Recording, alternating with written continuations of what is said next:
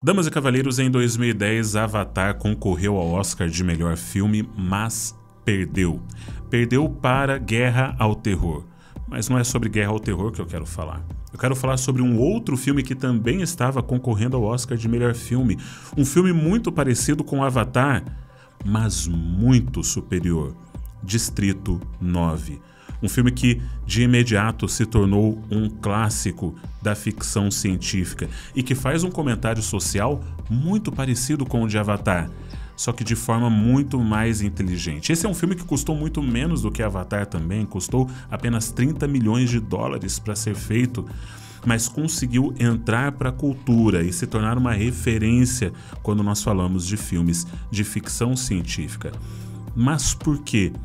O que existe nesse filme que fez com que todos nós, quando assistimos, ficássemos tão absortos naquele mundo, tão intrigados com toda aquela história e ficássemos assustados com tudo aquilo que estava sendo mostrado diante dos nossos olhos?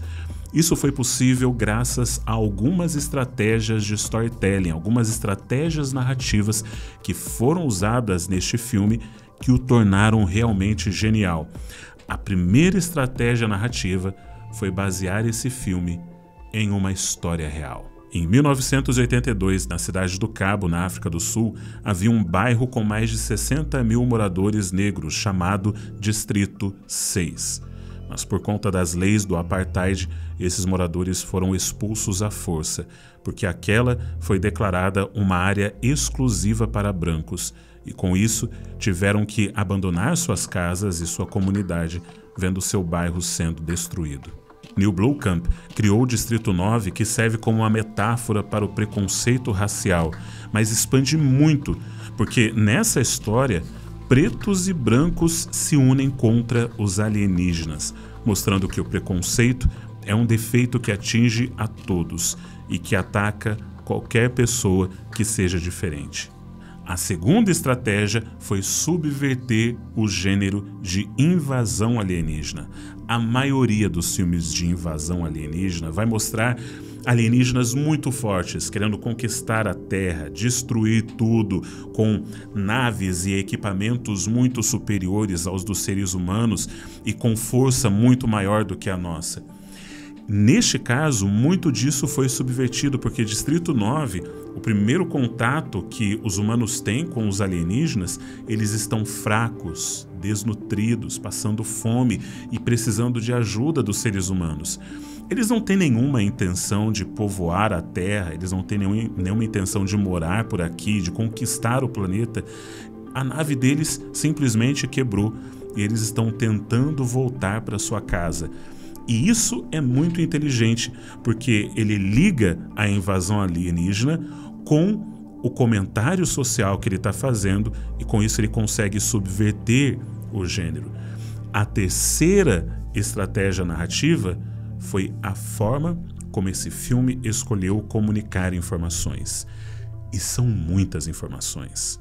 A mitologia é gigante e densa, mas muito bem explicada em menos de 2 horas de filme.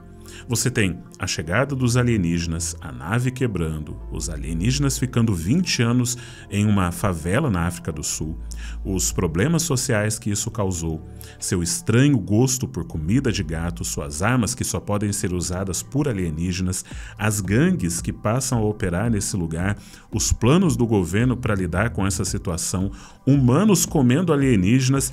É muita informação. E quando isso acontece numa história, normalmente fica muito confuso ou longa. Então, como que esse filme conseguiu entregar tanta informação em tão pouco tempo e ainda assim de forma eficiente, fazendo com que a exposição aconteça de forma diegética, ou seja, dentro do próprio filme? A gente vê todas essas explicações sendo dadas porque o filme é colocado, parte dele, como uma espécie de documentário.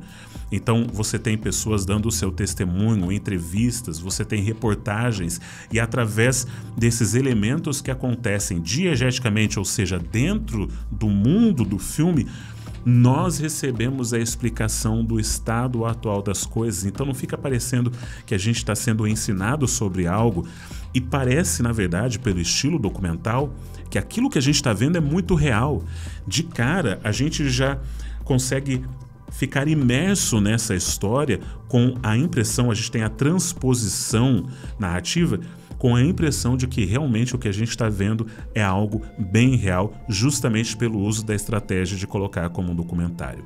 Agora, a quarta estratégia narrativa usada foi o suspense, porque desde o começo a gente sabe que algo muito ruim vai acontecer com o protagonista, o Aicos. Todo mundo dizia que o Aicos não era inteligente, mas era um filho maravilhoso. Assim era meu Aicos tão... Antes de eu continuar falando sobre a transformação drástica que vai acontecer com esse protagonista, a nossa patrocinadora de hoje, a Manual, tem uma mensagem para você que está passando por uma transformação também. Cerca de 50% dos homens sofrem com algum tipo de calvície.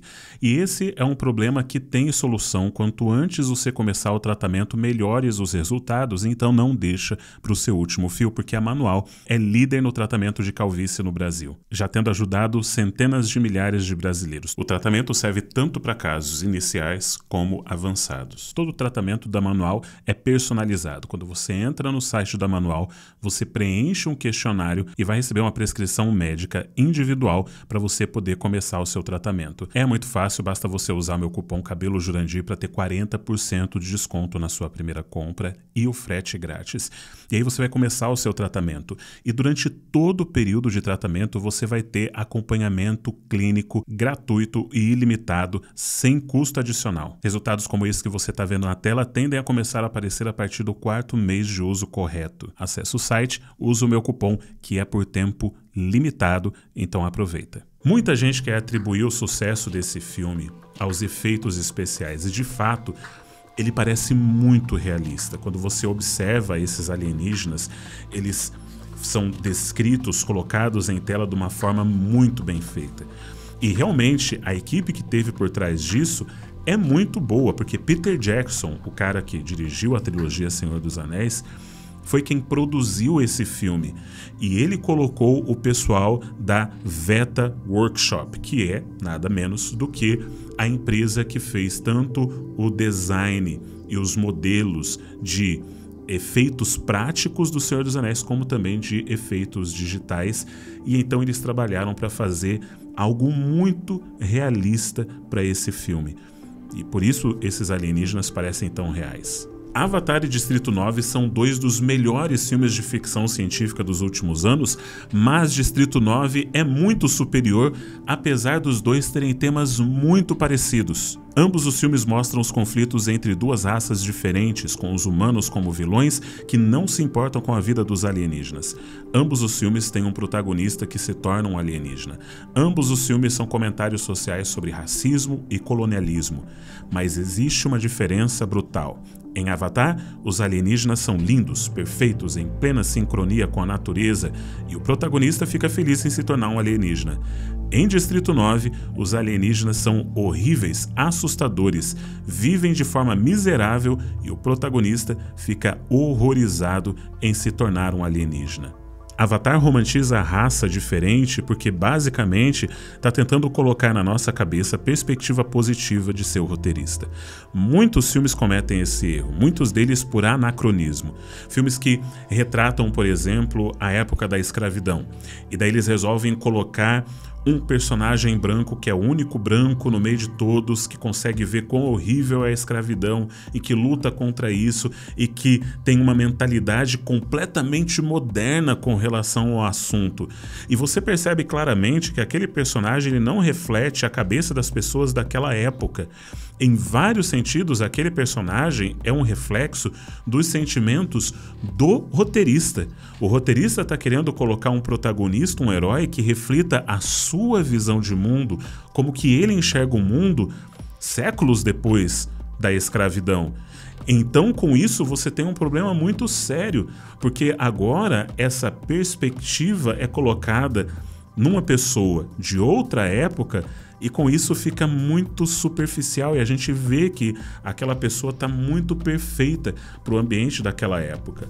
Distrito 9 se destaca porque ele consegue colocar um protagonista que ele não é um mocinho, ele não é uma pessoa que é iluminada e ele enxerga o papel da empatia e da solidariedade com relação a criaturas diferentes, a raças diferentes.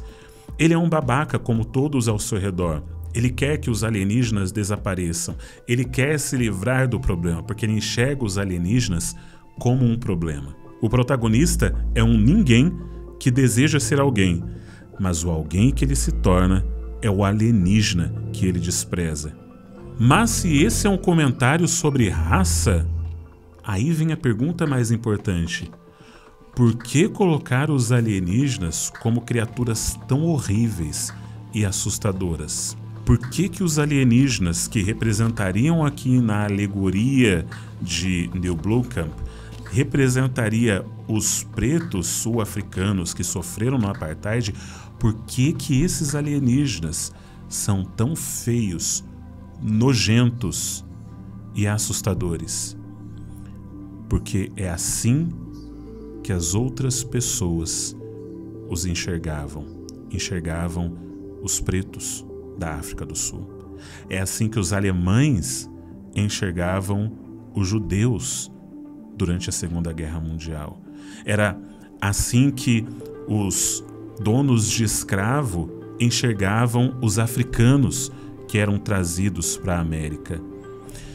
Esse filme está querendo colocar na ótica dos vilões, daqueles que querem fazer o mal para uma raça diferente, e aqui, obviamente, é uma raça diferente. No caso, os seres humanos, um judeu não é uma raça diferente, o preto não é uma raça diferente, somos todos da mesma raça. É errado ficarmos falando de raça, porque biologicamente somos todos da mesma raça. É ridículo a gente usar esse termo com relação a questões de cor de pele. Mas no caso do filme, ele usa explicitamente uma outra raça, e ele faz com que essa raça seja feia, nojenta, desprezível, porque ele quer mostrar que essa é a perspectiva das pessoas que têm o preconceito.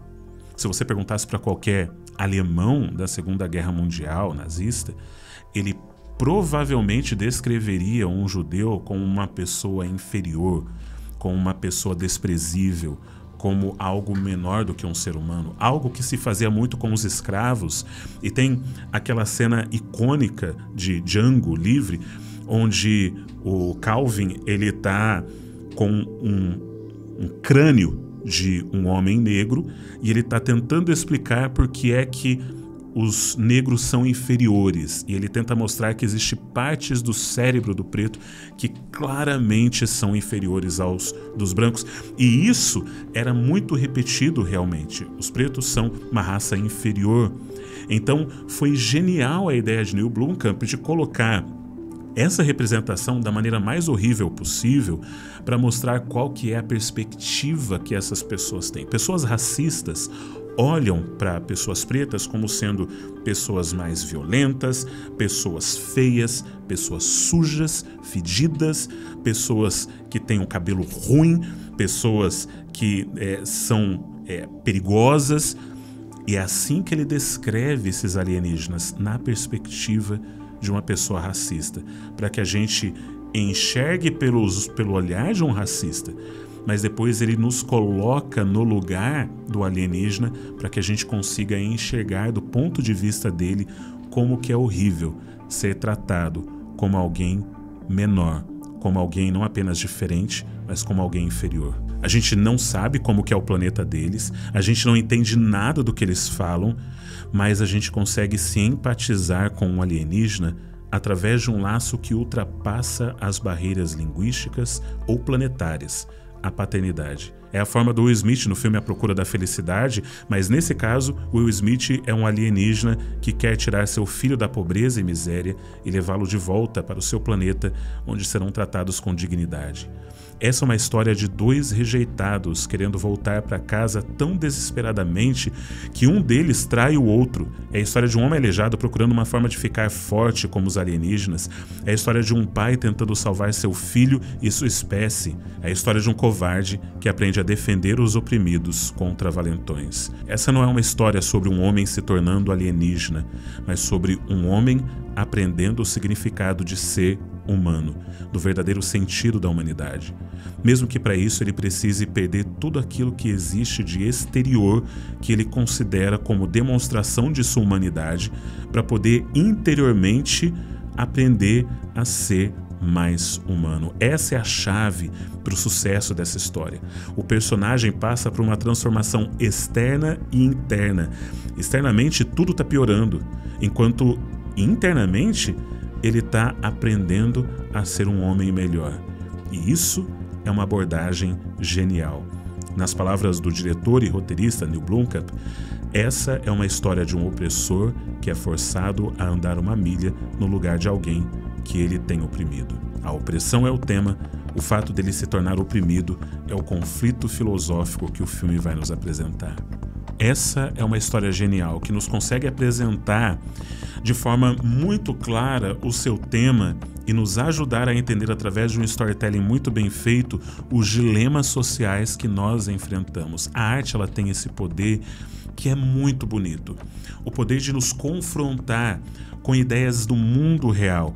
E quando você as coloca através de metáforas, seja na fantasia, na ficção científica, através de exemplos como esses, você consegue romper as barreiras da sua própria perspectiva, fazer aquilo que C.S. Lewis fala de enxergarmos pelos olhos do outro e de vermos através de um exemplo extremo, que é o da nossa relação com a possibilidade de um alienígena horrendo invadir a nossa terra, na verdade doente, vir à nossa terra e precisar da nossa ajuda, de nós vermos através desse exemplo como que nós lidamos com pessoas que são diferentes, com aqueles que nós muitas vezes menosprezamos e consideramos como inferiores.